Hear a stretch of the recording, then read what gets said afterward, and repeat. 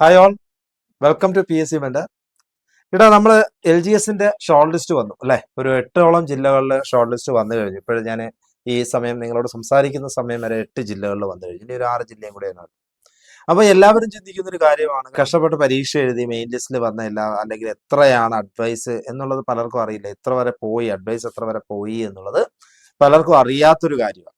അപ്പൊ അതുകൊണ്ട് തന്നെ അഡ്വൈസിന്റെ ലെവൽ എന്താണ്, അതിനോടൊപ്പം നിങ്ങൾക്ക് ഇനി ഈ ജോലി സാധ്യത എത്രത്തോളം ഉണ്ട് എന്നൊരു ധാരണ തരുന്നതിന് വേണ്ടിയിട്ടാണ് ഇന്ന് ഞാൻ ഈ വീഡിയോ ആയിട്ട് വന്നിരിക്കുന്നത്.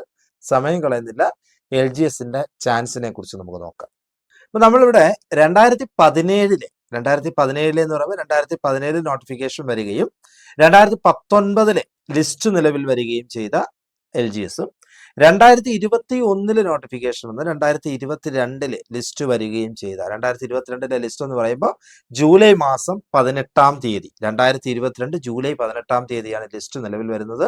അപ്പൊ അങ്ങനെയാണെങ്കിൽ ഈ 2025 ജൂലൈ മാസം 17 തീയതി ലിസ്റ്റ് തീരുകയാണ്. ലിസ്റ്റിന്റെ കാലാവധി തീരാൻ 3 വർഷമാണ്, നമുക്ക് എല്ലാവർക്കും പറയാം. ഇതുവരെ നമുക്ക് എങ്ങനെയാണ്, ഏത് രീതിയിലാണ് അഡ്വൈസ് പോയത് എന്നുള്ളത് നമുക്ക് നോക്കാം. നിങ്ങൾ നോക്കിയാൽ 2017 നോട്ടിഫിക്കേഷൻ അനുസരിച്ചുള്ള ആ സമയത്ത് വന്ന ലിസ്റ്റ് അനുസരിച്ച് 990 പേർക്കാണ് ജോലി കിട്ടി. 990 പേർക്ക് ജോലി കിട്ടി. ഇതുവരെ 2021 അതായത് ഇപ്പോൾ നിലവിലുള്ള ലിസ്റ്റില് 962 പേര്, ഞാൻ ഈ പറയുന്നത് മാർച്ച് വരെയുള്ള അഡ്വൈസ് അനുസരിച്ചിട്ടാണ്. 962 പേർക്ക് അഡ്വൈസ് പോയിട്ടുണ്ട് കേട്ടോ. 962 പേർക്ക്. അപ്പം വലിയ ഒരു വ്യത്യാസം എന്ന് പറയാനില്ല. ഇപ്പൊ ഒന്നാമത്തെ കാര്യം, വേരിയസ് LGS ഒരുപാട് വേക്കൻസി ഇപ്പം റിപ്പോർട്ട് ചെയ്തിട്ടുണ്ട്.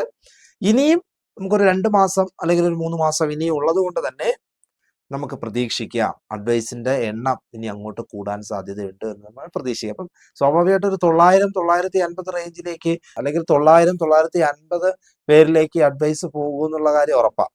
990 ആയിരുന്നു, 962 പേർക്ക് ഇപ്പം നിലവിലുള്ള ലിസ്റ്റിൽ നിന്നും അഡ്വൈസ് പോയിട്ടുണ്ട്. കൊല്ലം ജില്ല നോക്കുകയാണെങ്കിൽ 749, 584. അതും ഈ പറഞ്ഞതുപോലെ തന്നെയാണ്. 749 584 ഇപ്പോൾ നിൽപ്പുണ്ട്. ഈ കഴിഞ്ഞ മാർച്ച് വരെ അഡ്വൈസ് പോയിട്ടുണ്ട്. ഇനിയുമുണ്ട് സമയം. LGSന്റെ വേക്കൻസി റിപ്പോർട്ട് ചെയ്തിരിക്കുന്ന സാഹചര്യമാണ്. സ്വാഭാവികമായിട്ടും അങ്ങോട്ട് മാറാം, ഏകദേശം അതിനോടൊപ്പിച്ച് വരാം. പത്തനംതിട്ട ജില്ല നോക്കിക്കഴിഞ്ഞാൽ ഒരു കാര്യം, 361 പേരെയാണ് മുമ്പത്തെ ലിസ്റ്റിൽ നിന്ന് എടുത്തതെങ്കിൽ ഇപ്പോൾ നിലവിൽ ഇതുവരെ 361 പേർക്ക് അഡ്വൈസ് പോയിട്ടുണ്ട്. അപ്പൊ അത് അതിനേക്കാൾ കൂടുതലാകാനാണ് സാധ്യത എന്ന് പറയുന്നത്. പിന്നെ ഇതിനകത്തൊരു ഫാക്ട് കൂടി നമ്മൾ എല്ലാവരും മനസ്സിലാക്കണം. ഇപ്പോ OA നിർത്തലാക്കാൻ പോകുന്നു എന്നുള്ള വാർത്തയൊക്കെ നമ്മൾ കേട്ടതാ. അപ്പോൾ പറഞ്ഞൊരു കാര്യം, പഴയതുപോലെ ഓഫീസുകളിൽ ഈ ഓഫീസ് സംവിധാനം നിലവിൽ വന്നതുകൊണ്ട് തന്നെ അവിടെ OAയുടെ അല്ലെങ്കിൽ ലാസ്റ്റ് ഗ്രേഡിന്റെ ജോലി വളരെ കുറവാണ് എന്നുള്ള സത്യമാണ്. നമുക്ക് തന്നെ അറിയാം. എല്ലാ ഓഫീസുകളും കമ്പ്യൂട്ടറൈസ്ഡ് ആയി. സ്വാഭാവികമായിട്ടും അവിടെ ഫയലുകൾ ഒരിടത്ത് നിന്ന് മറ്റൊരിടത്തേക്ക് കൊണ്ടുപോകുന്ന ഒരു മാനുവലി നടക്കുന്ന പ്രവൃത്തികൾ വളരെ കുറവാണ്. അപ്പൊ അതുകൊണ്ട് തന്നെ ചിലപ്പോൾ വേക്കൻസിന്റെ എണ്ണം ഇനി അങ്ങോട്ട് കുറഞ്ഞേക്കാം. ആ ഒരു ഫാക്ട് കൂടി നമ്മൾ മനസ്സിൽ വെച്ചേക്കണം. കാരണം എന്ത് പറയുമ്പോഴും നമ്മൾ അതും കൂടെ മനസ്സിലാക്കണം. ഇനി അങ്ങോട്ട് എന്താവും എന്നുള്ള കാര്യം, ഇനി ലിസ്റ്റിലേക്ക് അല്ലെങ്കിൽ ലിസ്റ്റ് കയറുന്നവരുടെ അവസ്ഥ എന്താവും എന്നുള്ളതും കൂടെ മനസ്സിലാക്കണം. എങ്കിലും ഇപ്പോഴത്തെ സാഹചര്യത്തിലാണ് ഞാൻ പറയുന്നതെങ്കിൽ ചാൻസ് ഉണ്ട്, സ്വാഭാവികമായിട്ടും LGSന് ചാൻസ് ഉണ്ട് എന്നുള്ളതാണ്. ആലപ്പുഴ ജില്ല 440 പേർക്കാണ് അഡ്വൈസ് പോയെങ്കിൽ ഇപ്പോൾ അത് 458 പേർക്ക് ഈ നിലവിലുള്ള ലിസ്റ്റിൽ നിന്നും അഡ്വൈസ് പോയിട്ടുണ്ട് കേട്ടോ. 458 പേർക്ക് നിലവിൽ ലിസ്റ്റിൽ പോയിട്ടുണ്ട്. അപ്പോൾ കഴിഞ്ഞ ലിസ്റ്റിനേക്കാൾ കൂടുതൽ ആൾക്കാർ ഇപ്പോൾ എടുത്തിട്ടുണ്ട്. കോട്ടയം 390 ആയിരുന്നുവെങ്കിൽ ഇപ്പോൾ 448 പേര്. അപ്പൊ കൊല്ലവും തിരുവനന്തപുരവും ഒഴികെ ബാക്കി തെക്കൻ ജില്ലകൾ നോക്കിക്കഴിഞ്ഞാൽ അത്യാവശ്യം കഴിഞ്ഞ ലിസ്റ്റിനേക്കാൾ കൂടുതൽ ആൾക്കാർക്ക് ഇപ്രാവശ്യം അഡ്വൈസ് പോയിട്ടുണ്ട്. ഇടുക്കി 488 ആയിരുന്നുവെങ്കിൽ ഇപ്പോൾ അത് 375 ആണ്. 375 എന്ന് പറഞ്ഞാൽ വലിയ വ്യത്യാസം എന്ന് പറയാനില്ല. കാരണം ലിസ്റ്റ് ഇപ്പോഴും നിലവിലുണ്ട്. ഇനിയും വേക്കൻസി റിപ്പോർട്ട് ചെയ്തിട്ടുണ്ട്. എടുക്കാനുള്ള സാധ്യത, ഇനി അങ്ങോട്ട് ഇതിന്റെ ഫിഗർ മാറാനുള്ള ചാൻസ് വളരെ കൂടുതലാണ്. കാരണം സ്വാഭാവികമായിട്ടും മാർച്ച് കഴിഞ്ഞ് ഒരുപാട് റിട്ടയർമെന്റ് വന്ന സമയമാണ്. അപ്പൊ അത് തന്നെ തീർച്ചയായിട്ടും നമുക്കറിയാം. ഇനി അങ്ങോട്ട് നമുക്ക് വേക്കൻസി റിപ്പോർട്ട് ചെയ്യാം. ലിസ്റ്റ് തീരുന്നതിന് മുമ്പ് വേക്കൻസി റിപ്പോർട്ട് ചെയ്യപ്പെടാം. സ്വാഭാവികമായിട്ടും അഡ്വൈസ് കൂടുതൽ പോകാം. എറണാകുളം ജില്ല 862 പേരെ എടുത്തെങ്കിൽ ഇപ്രാവശ്യം 726 പേർക്ക് അഡ്വൈസ് പോയിട്ടുണ്ട്. 661 തൃശ്ശൂര്. പഴയ ലിസ്റ്റില് ഇപ്പോൾ നിലവിലുള്ള ലിസ്റ്റില് 620 പേർക്ക് ഓൾമോസ്റ്റ് ഇപ്പൊ കൊടുത്തു കഴിഞ്ഞു. 620 പേർക്ക് അഡ്വൈസ് പോയി കഴിഞ്ഞു. അപ്പോ നമുക്ക് ചിന്തിക്കാം, ഒരു ജൂലൈ ആകുമ്പോഴേക്കും അല്ലെങ്കിൽ ലിസ്റ്റിന്റെ കാലാവധിയോടുകൂടി തന്നെ ഈ പറയുന്ന ഫിഗറിലേക്ക്, പഴയ ലിസ്റ്റിന്റെ അതേ ഫിഗറിലേക്ക് തന്നെ എത്താൻ സാധ്യതയുണ്ട് എന്ന് തന്നെ പറയേണ്ടി വരും. പാലക്കാട് ജില്ല 562 പേരാണെങ്കിൽ ഇപ്പോഴത്തെ ലിസ്റ്റിൽ നിന്നും 570 പേർക്ക് അഡ്വൈസ് പോയി. മലപ്പുറം ജില്ല 662 ആയിരുന്നു പഴയ ലിസ്റ്റില്, എന്നാൽ അത് 630 ഇപ്പോഴുള്ള ലിസ്റ്റിൽ നിന്നും അഡ്വൈസ് പോയവരുടെ എണ്ണം. കോഴിക്കോട് ജില്ല നോക്കുക 751, 655. വയനാട് 264 ഏകദേശം അടുത്തെത്തിയിട്ടുണ്ട്. 259 പേർക്ക് ഇപ്പോൾ എന്താണ് സ്വാഭാവികമായിട്ട് നമ്മൾ ഈ ഒരു ലിസ്റ്റ് എടുത്ത് നോക്കിക്കഴിഞ്ഞാൽ എന്താ പറയുന്ന അപ്പോയിന്റ്മെന്റ്സ് കുറഞ്ഞ ഒരു ജില്ലയാണ് വയനാട് എന്ന് പറയുന്നത്. അപ്പോൾ 264 എന്ന് പറയുന്ന ഫിഗറിലേക്ക് എത്താം. മറ്റ് ജില്ലകളെ അപേക്ഷിച്ചിട്ട് വയനാട് എപ്പോഴും അപ്പോയിന്റ്മെന്റ്സ് കുറവാണ്. അപ്പൊ അതുകൊണ്ട് തന്നെ 259 എത്തി 264 എത്താം. കണ്ണൂർ 500 ആയിരുന്നു, ഇപ്പോൾ 652 പേർക്ക് അഡ്വൈസ് പോയിട്ടുണ്ട്.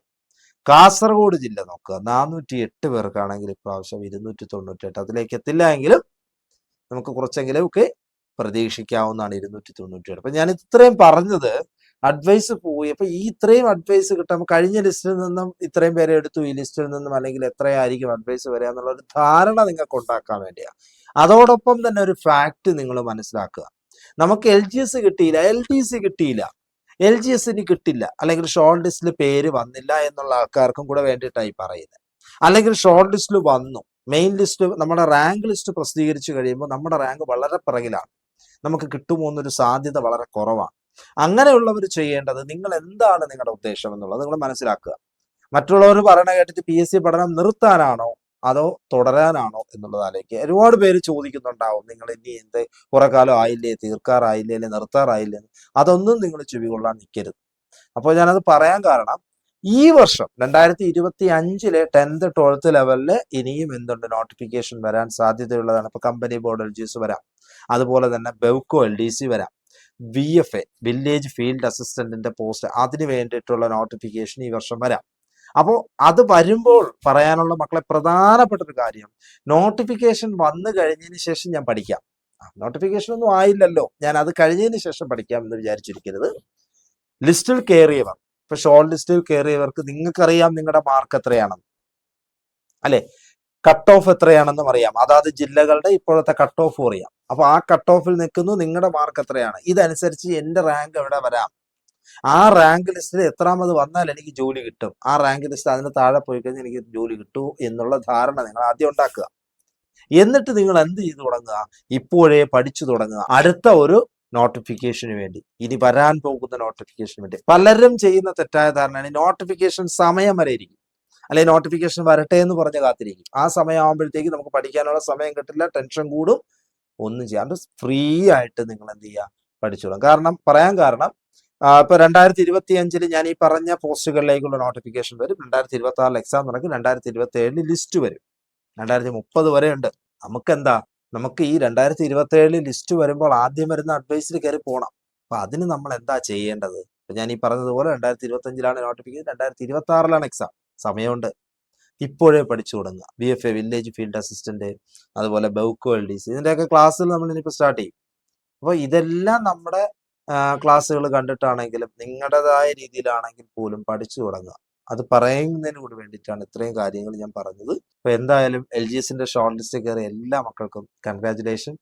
നിങ്ങൾക്ക് തീർച്ചയായിട്ടും റാങ്ക് ലിസ്റ്റിൽ ഏറ്റവും ഉയർന്ന റാങ്കിൽ തന്നെ കയറാൻ സാധിക്കട്ടെ. അല്ലാത്തവരാരും വിഷമിക്കരുത്, ചാൻസസ് ഇഷ്ടം പോലെയുണ്ട്, ചാൻസ് നമുക്ക് മുന്നിൽ ഇഷ്ടം പോലെയുണ്ട്. ആ ചാൻസ് നമ്മൾ എങ്ങനെ യൂസ് ചെയ്യുന്നു, കളയണോ, കൊള്ളണോ, തള്ളണോ എന്നുള്ളത് നമുക്ക് ചിന്തിക്കാം. അതുകൊണ്ട് പഠിച്ചു പോകാം.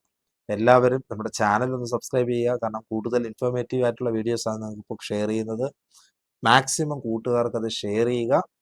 ചാനൽ സബ്സ്ക്രൈബ് ചെയ്യുക. PSC മെന്റർ എന്ന യൂട്യൂബ് ചാനലും PSC മെന്റർ എന്ന ടെലഗ്രാം ചാനൽ. അത് പറയുമ്പോൾ ഒരു കാര്യം കൂടിയുണ്ട്, ടെലഗ്രാമിൽ എല്ലാ ദിവസവും വൈകുന്നേരം 6 മണിക്കൊരു മെന്റർഷിപ്പ് ക്ലാസ് വരുന്നുണ്ട്. നിങ്ങൾക്ക് കാണുന്നവർക്ക് അറിയായിരിക്കും.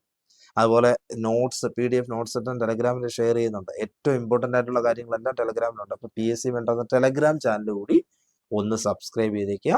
അപ്പോൾ അടുത്ത വീഡിയോയിൽ വീണ്ടും ഞാൻ വരുന്നുണ്ട്. നന്നായിട്ട് തന്നെ നിങ്ങൾ പ്രിപ്പയർ ചെയ്യുക, നന്നായിട്ട് തന്നെ റാങ്ക് ലിസ്റ്റ് ഏറ്റവും ടോപ്പിൽ എത്താനായിട്ട് ശ്രമിക്കുക. എത്രയും പെട്ടെന്ന് ജോലി കിട്ടട്ടെ. All the very best. Thank you.